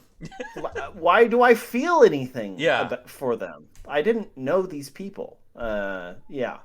So but of course, immediately, it's like, we've broken up. Oh, the movie can't wait even 30 seconds to have the bad guys take Frank and Danielle. They split up as brothers for like a minute of screen time. Yes. Before it's like, oh no, never mind. We have a reason to come back together. And I guess both wander and pass out in the middle of the wilderness. Yes, that was what we're led to believe. Alex Lynn ends up on the beach. Yeah. Yes. And then Chad, I think, is like in the jungle. Or like the grass I don't know. Or They whatever. don't. Jungle adjacent. You see, it's what men do, right? They wander the jungle. Yeah. Deal with my feelings in the jungle. Malaria. Jungle fever. So that yes, Alex. You see Alex wake up. You don't see Chad. Chad just comes back like, "What? I've been in the jungle. What just happened?" Huh? What's going on? Well, they share the exact same mental wavelength, so this is how they shared the sort of like tri-mind sex scene earlier. So it's in the deep lore. Oh, it's the the Unimind from the Eternals. Now I understand. Have you read the tie-in book? For this novelization, they explain all of the lore. It's all in there. That's most people's problem. They don't read the tie-in books with this. It's a deep universe. You really need to. It's got yeah. There's more books in it than the Dune series. It's crazy. So they get they're taken. There's some good slow motion squibbing here. Not only do I love a squibbing, I love a slow motion explosion of blood coming out of somebody. And by the way, modern movies with CG, exactly. Splatters, it's just not the same. One of the big things we have on this show is just say no to CGI blood. Yes to CGI guns. We're big in favor of using non-real firing guns, but you gotta squib up people with blood packs. You have to. It's never the same. Say no to drugs. Right. Say yes to squib. There's something so satisfying, especially like in these action movies where you're like, that's probably not what it actually looks like if someone gets shot. Like, you want it to be a little bit more blood than is necessary and real globby, like real like. Yeah. I mean, it begs the question: how many people have you like seen? This is true. Being shot. I don't think I've ever actually. That could be exactly what it looks like. That could be what it's looking. Yeah, I want an operatic nature to the shooting in my movies. If anything, if somebody that you're watching one of these movies with is like, that's not how somebody would bleed if they got shot with that gun, you should be concerned. I was in a film class once where somebody showed their movie and it had a scene where somebody was being choked to death, and a guy literally raised his hand and goes, "I'm sorry, it takes way longer to choke someone to death in real life." And we all just looked at him like, Jesus Christ.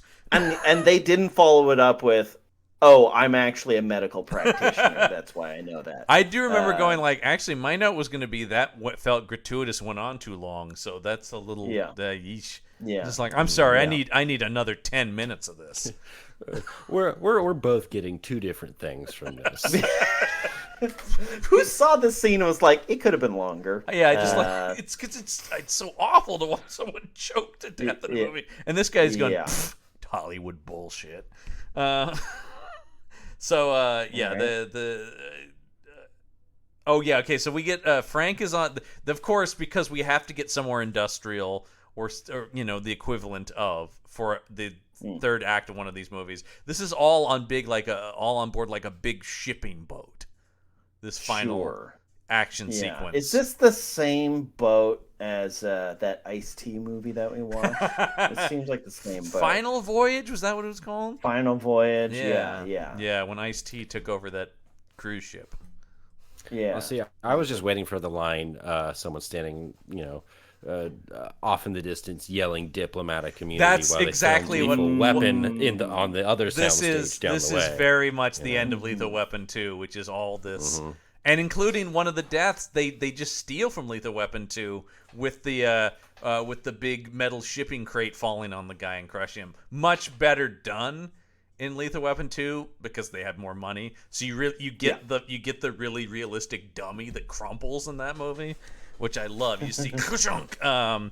But they're torturing Frank with a hot steam pipe. Sure. Pretty horrifying. Although he looks probably better than you would if you were getting a face full of scalding steam. Yeah, he doesn't look like he's getting steamed. He does look like, I mean, they put on like, fake injury, like makeup and stuff. It's just the wrong stuff because his skin should be like burning and like melting. So, no, the word is slough. There we go. Yeah. And I do like the bad guy line here. He says, "Hello, Frank. Are you ready to scream?" Why is that line in this movie? I know, it's like all right, Jesus. And then at no point have these villains been like, okay, we're villains. No, right? yeah, that's also a villain line. They do go from like I'm a corrupt businessman to I'm a psychopath very quickly.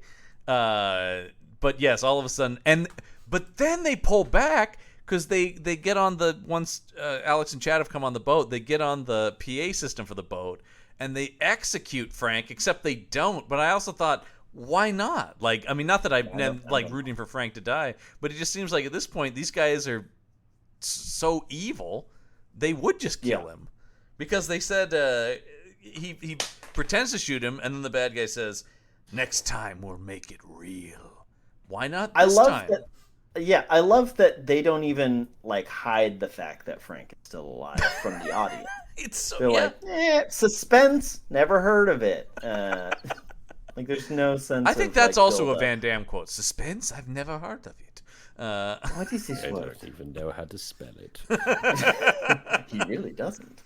Yeah. So they, everybody's fight. This is where now we need to get to the individual fights, and you're going like, okay, great. One will fight Bolo Young. One will fight the bodybuilder woman, and this Bolo Young fight with Chad and Bolo Young is so good. When Bolo Young just turns into Donkey Kong, come on.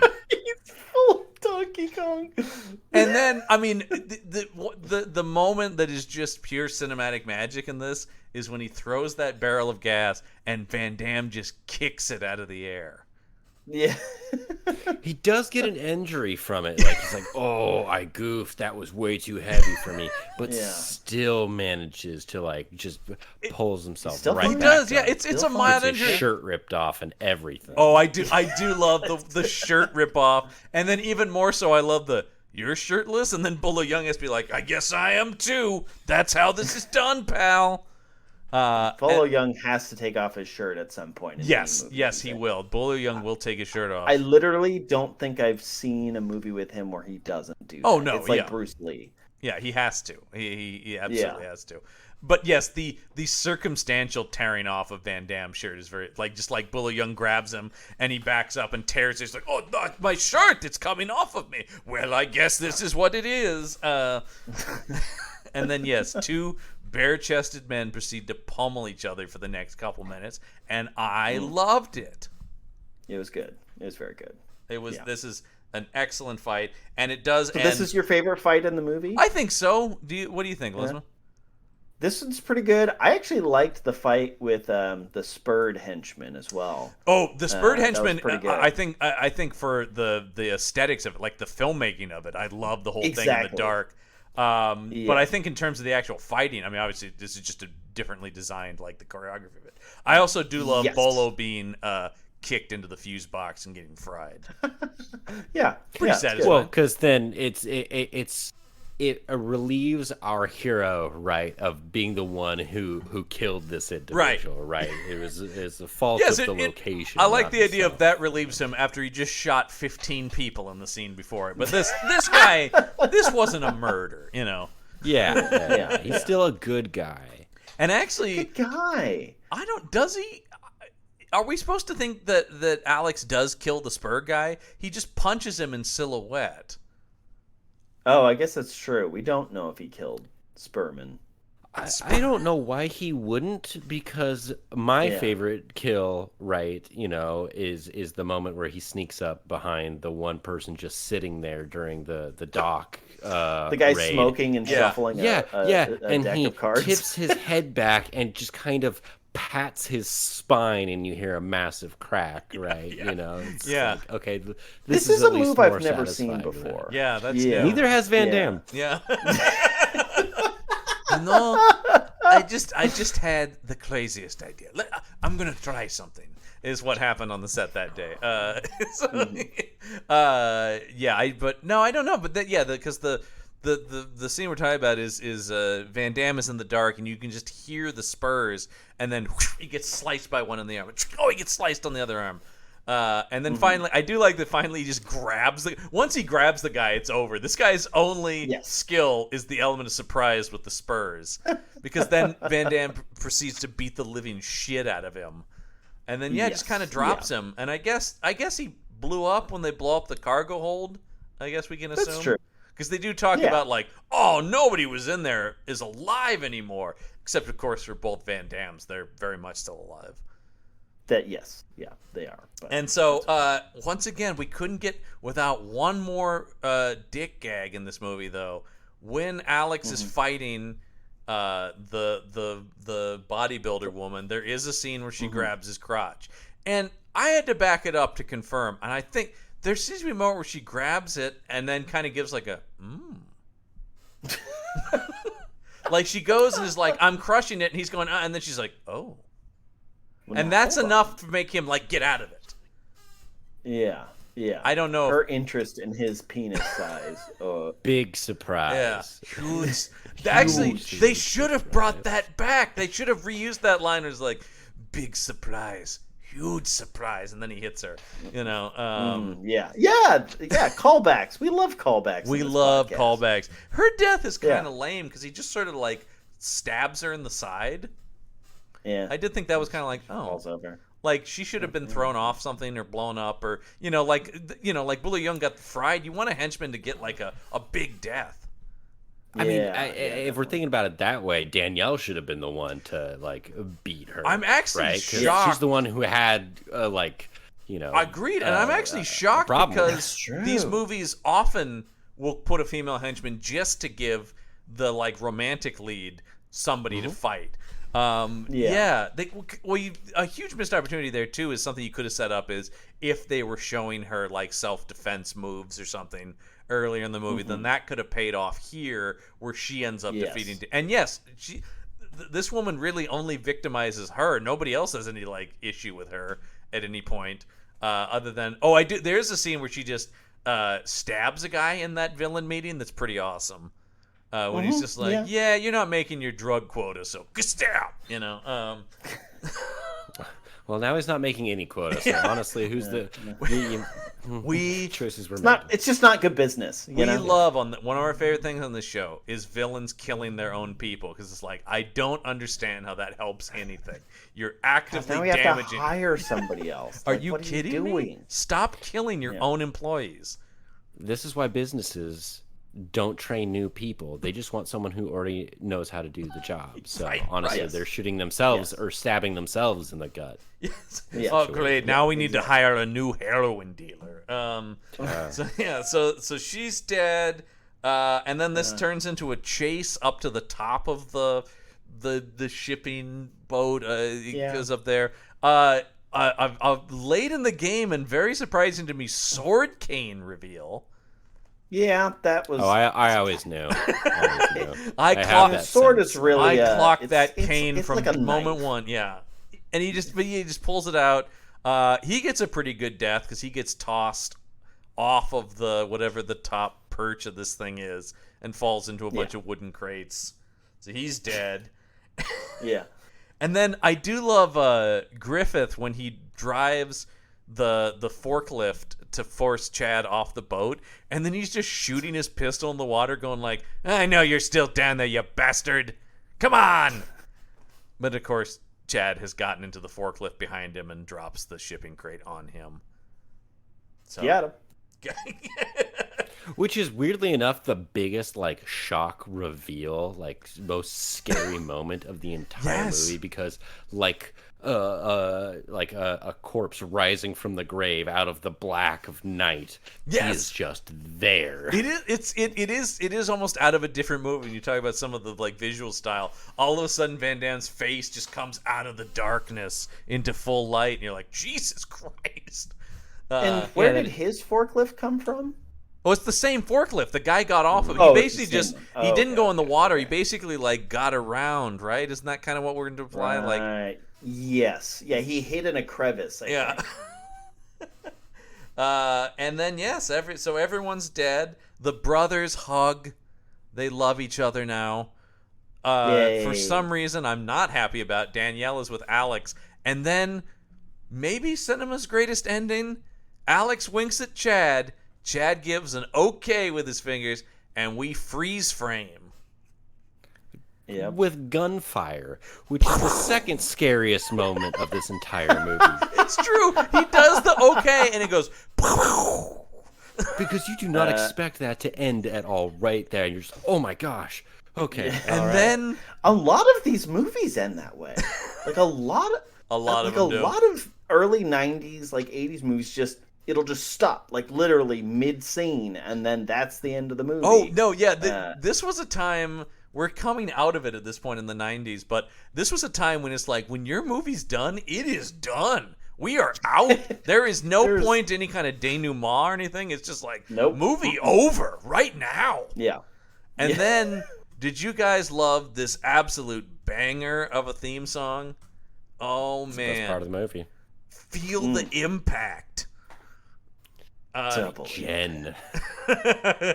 It is very... God, it is such an early 90s rap song. Feel the Impact. Written, produced, and performed by Jen. Gen. Who apparently also contributed 3 other songs to the movie, including Some of That, Get On It, and Give In to Me.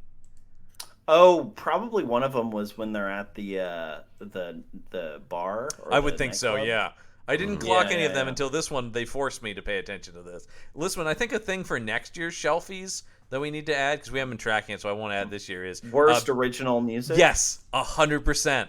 We need an end credit song category for our end of the year awards, because we've had just the Van Damme movies. We had a Ted Nugent song last week.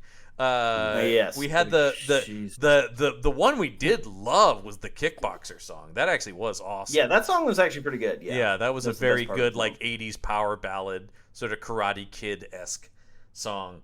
But that's the end of the movie. That's Double Impact. Reed, you already said your favorite kill was the guy the guy who was talking about your brother. I didn't write this down as a one-liner because it's so lame. The thing about when he goes like, guess your brother's late for the party. And Chad says, that's the thing about my brother. He hates parties. What? What? He sneaks up behind him, yes, and I don't quite know what, but Rex is fine.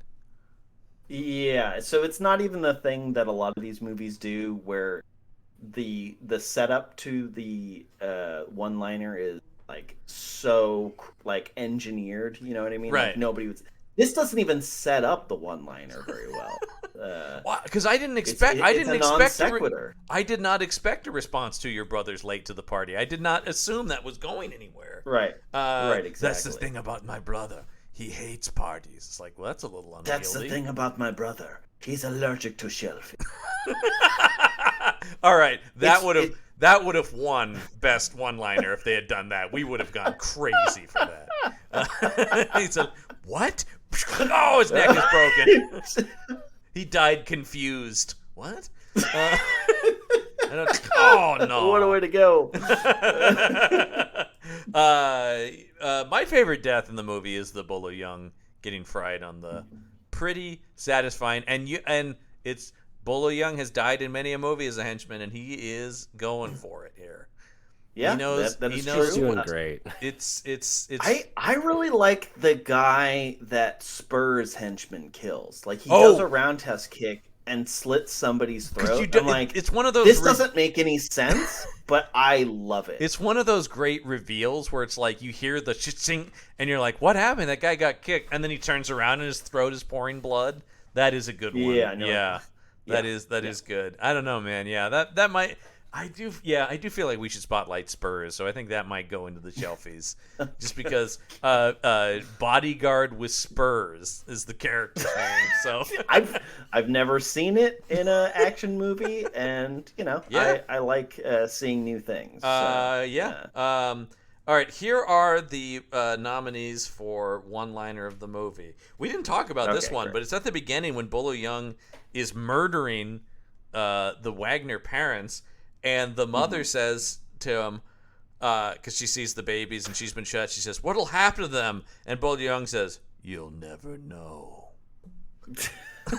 Is that right before the shotgun blast? Yep, right before the shotgun blast. Yeah, then.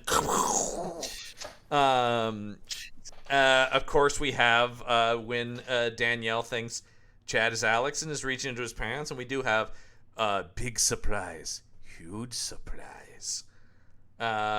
We have after the explosion and chase with the cops, "Welcome to Hong Kong." We have oh yes, and then the two. There aren't a whole lot of one-liners in this movie. A lot of missed opportunities. I felt like. Because you do have the "Hello Frank, are you ready to scream?" And then the "Next time we'll make it real." I it's got to be big surprise, huge surprise, right? I just feel like. It's the only thing that stands out. It's right? It's how we're gonna remember the movie. It's such a huge surprise. Yeah, it's huge surprise. I was surprised, even though we literally just saw a movie last week where he was talking about how big his dick is. So I guess I shouldn't have been surprised. Or I'm sorry, that 6-year-old girl was talking about how big his dick is. Right. But in like a funny way, like it's a joke. Yeah, like we were it's meant so funny to that a 6-year-old joking about this man's penis. Yeah. Once again, we don't have a shelfie category for this, but nothing will beat that for weirdest moment. There's no competition. We'll never see a moment as weird as that in a movie. I don't think so. Yeah. So you put that out there, and we're asking for it. Give it a couple months. Yeah, we're asking for it, right? Yeah, exactly. Yeah, I don't. It's gonna be tough to beat. And I'm Mormon, okay? So like, the fact that didn't weird me out. Yeah, well, we kind of enjoyed this movie, so I was when I go here to the IMDb reviews to find the most misguided review. I found a negative one that is, man, this is out there, man. This opinion is out there. So this comes to us from IMDb user Jesse Gehrig, and the review is titled "One Van Damme for the Price of Two." So this movie is about sadness in the form of a Jean-Claude Van Damme action thriller. It features kicking, punching, and human sexuality. But not sexuality in a good way, like it feels good and doesn't make you feel ashamed, but rather sexuality Van Damme style, which is the low end of human contact. Do you ever wonder why our world is the way it is? This movie will not help you answer that question, or any other question. So don't bother asking. There's no truth here, just kicking people in the face. Kick, punch, touching people, hide that sadness. 1 out of 10 stars. This person then went on to make Evangelion Neon Genesis. It is. I don't know what their preconceived notions of the movie were going in. I don't. This guy, this person. We don't know the gender. It's true. This person just read like an entire textbook about Sigmund Freud and was like, "Where's the psychosexual animal?" Yes, like, it does feel that way. It does feel that way. This review is written by someone who just had their first couple weeks of AP psycho. Yes. What does this movie say about the human condition? Nothing. And what is Van Damme being on the lowest end of the What was that part? Can you? Yeah. Let me have that here. The thing about humans. Van Damme's at the... It features kicking, punching, human sexuality, but not sexuality in a good way, like it feels good and doesn't make you feel ashamed, but rather sexuality Van Damme style, which is the low end of human contact. So okay, so we're led to believe that the sexuality presented in this movie does make the reviewer feel ashamed. Is it? I think that's, we yes, all agree. yes. So this review it's about the reviewer coming to terms with the fact that they are sexually attracted to Van Damme and they don't know how to process those feelings. That's the impression I'm getting, and they're getting an existential, crisis. Hence the end of the review, talking about human nature and all that. We've solved it, guys. I just want to ask, do they want to talk about it? Yeah, maybe. Yeah, you talk. Okay. I will say I'm scrolling through their other IMDb reviews. They don't like much. I know who it is. I know this person. Okay, now hold on. Yeah. They don't like much. They loved Blade though. That's interesting. I mean, it's a good movie. It's just so I'm fascinated by these people. We got to check back in at some point with CC the movie man from last week though, because that guy was something else. He sure was. So all right. Well, as we talk about Van Damme. We talked a little bit ago about how Van Damme has apparently always wanted to make a sequel to this. So what say we give Van Damme some help? We're going to fire up our handy-dandy action movie title generator and come up with the sequel to this movie. So this will be we're going to form what would be the subtitle of the movie. So this will be Double Impact 2: Thieves and Rebels. Thieves and Rebels. Okay. So let's. Oh man. All right. So there's a power vacuum, right? Yeah. In the absence of the Zhang family, right? Crime syndicate. Yes. There's a power vacuum. Right. It's that thing where it's like actually the city's more dangerous now that everything's all over the place. There was a certain order to things when Zhang ran the city. So yeah, all of the rival gangs in Hong Kong are rising up to fill that void, Right. Yeah, so that much we know. An American gangster, Eric Roberts, has come. He's in every film. Yes, that's the rule this year on the show. If you look hard enough, Eric Roberts truly is the Waldo of the Action Show podcast. I think we are just a couple weeks out from another Eric Roberts appearance on this show. Looking at the calendar here, so I'm not convinced he wasn't in this movie. That's true. For all we know, we're not that far out from Eric Roberts coming back on this show. Okay. But yes, there's everybody competing. What Chinese martial arts star should be our main villain in this? Ooh, great question. Yeah, it's tough to I do think Bolo, but no, I do think I want another badass henchwoman. So obviously we got to get our girl Cynthia Rothrock in there. Yeah, definitely. Yeah, so she's has she played a villain before? I don't know. Has she ever played a villain? Not in anything we've watched. I don't know if she has. Well, she will in this movie. Yeah, because that'd be pretty awesome. In Double Impact 2: Thieves and Rebels. Yes, in a power vacuum, and let's see. What if has Alex gone legit now? Ooh, yeah. See, here's what I'm thinking. Okay. So, much like in Sam Shepard's True West, you see the two brothers. Ladies and gentlemen, this is the first podcast to bring Jean-Claude Van Damme and Sam Shepard together. I think I'd have to check that, so. But I'm pretty sure we are safe in assuming that. Much like in Sam Shepard's True West, where you see the two brothers sort of swap places. Right? Yes. I think that Chad looks up to Alex, and I think Alex really does respect Chad going straight. You know what I mean? And so I think they swap roles here. Do they swap hairstyles? Is my real question. Ooh, that's well. Wait, no. You know what I think? 2 new hairstyles.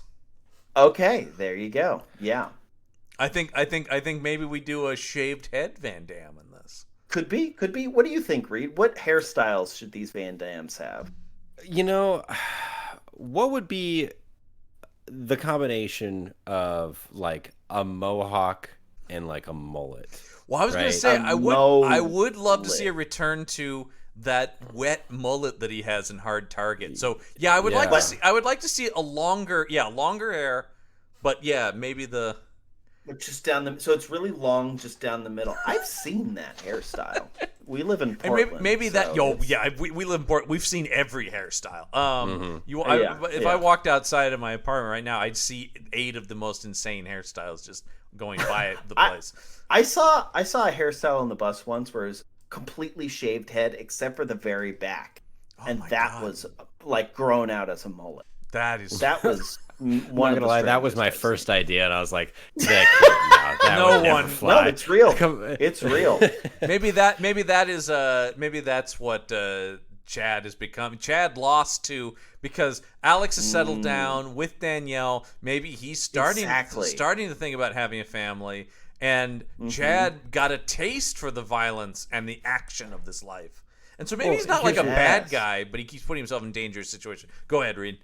I was thinking, it was like, now what happens if Alex and Danielle have twins, and this becomes, their moment, and their kids are, one's a thief and another one is a rebel. There you go. Now you're That's not, talking. we're not talking about the Van Dams, but Uncle Chad's got to come in and try and set him straight. Okay. There okay. you So go. this is like if this movie was made now. Yes, right? that's a So good right, idea. Yeah, 'cause The it would twins have are to be. older.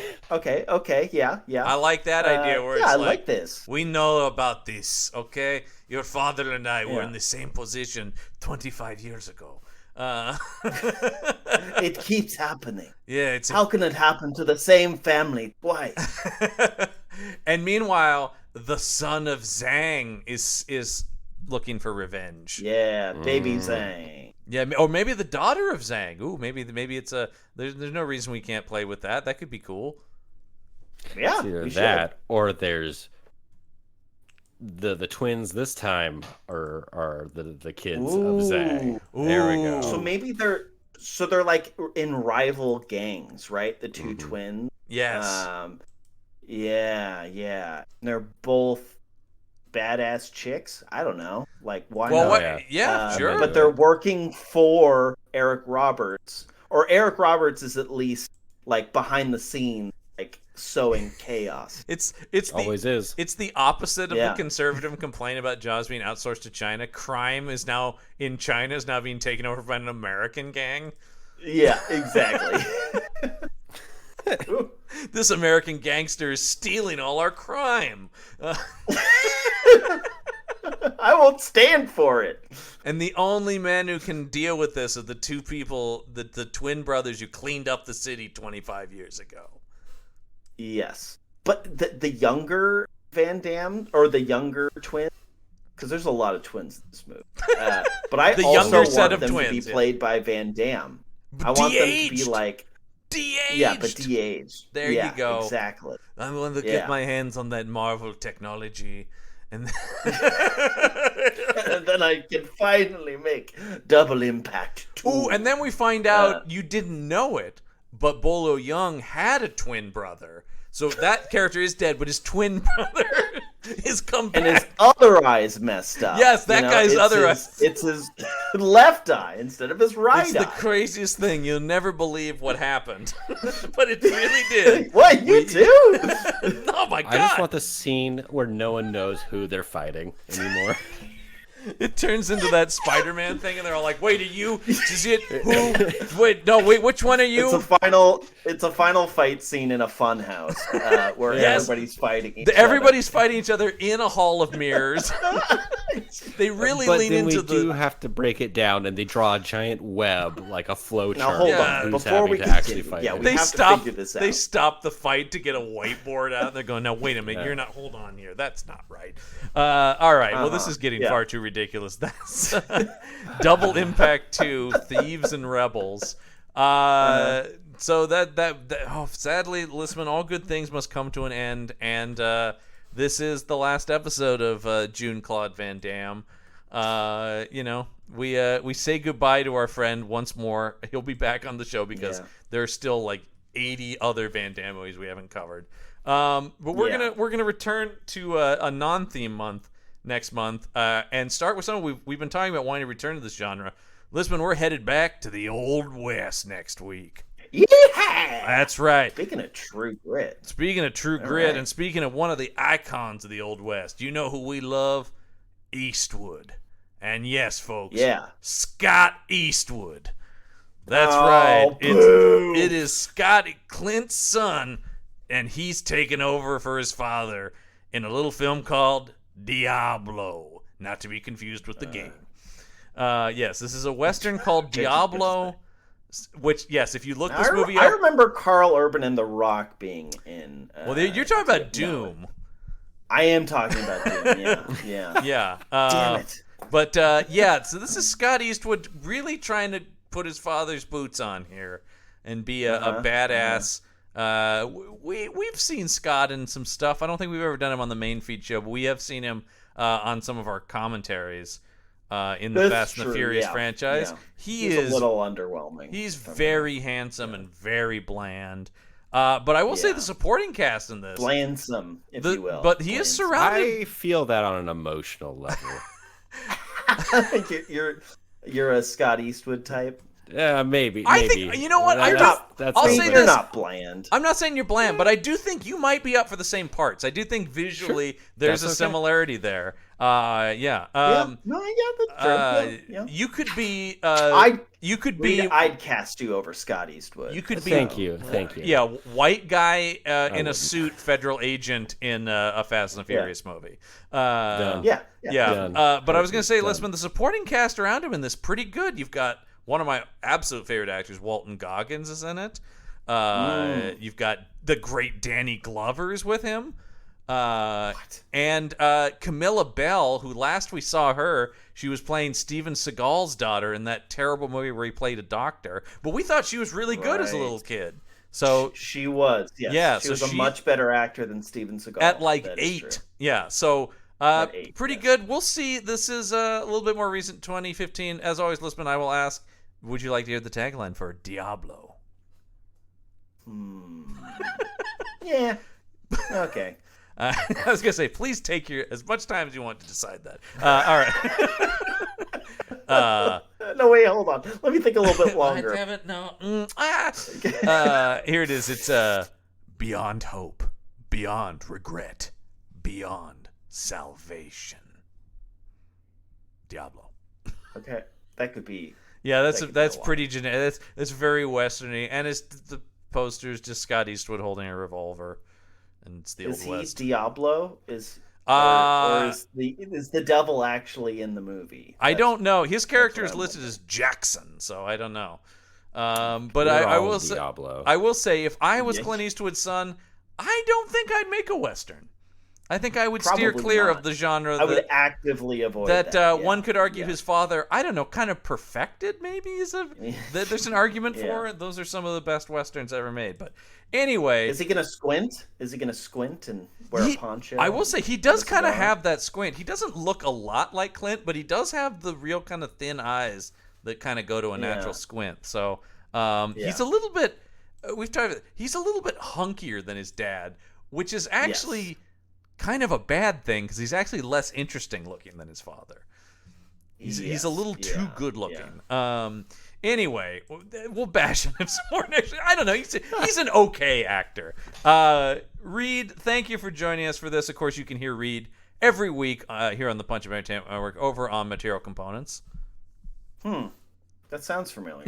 Lisbon might also be on there too. I am. That's what it is. I know that show. I'm on it. So, and of course, if you want to support us and all the shows we do here, you can go over to our Podbean Patreon page, which is patreon.podbean.com/punchup. There you can support the show as well as get cool exclusive bonus content from all of our shows. And make sure to check out our YouTube channel for exclusive video content as well. But that is going to do it for this week's episode of The Action Shelf. I'm John Campbell. I'm Michael Lisman. Is that a Lisman triplet? That's me. Until next week, get yourself some action. The Action Show.